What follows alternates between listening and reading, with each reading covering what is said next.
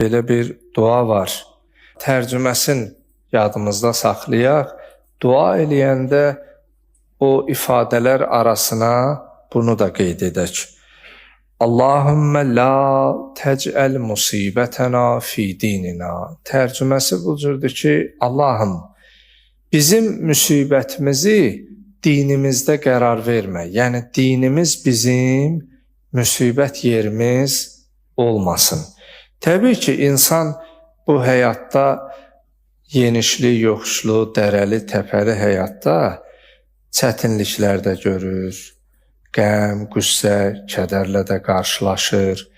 İnsan yaşa dolduqca, həyat təcrübəsi artdıqca dünyaya baxış bucağı fərqli olur, baxış fikirləri fərqli olur.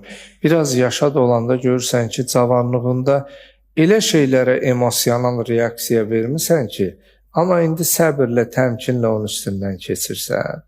Baxırsan, xırda bir şey o qədər böyütmüsən.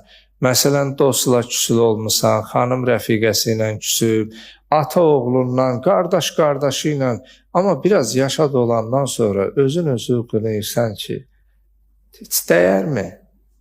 İnsan yaşa dolduqca bunu anlayır və əqidə məsələsi, etiqad məsələsi ən önəmli məsələlərdən biridir.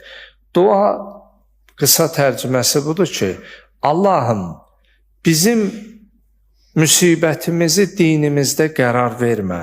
Yəni, dinimizi bizim müsibət yerimiz qərar vermə.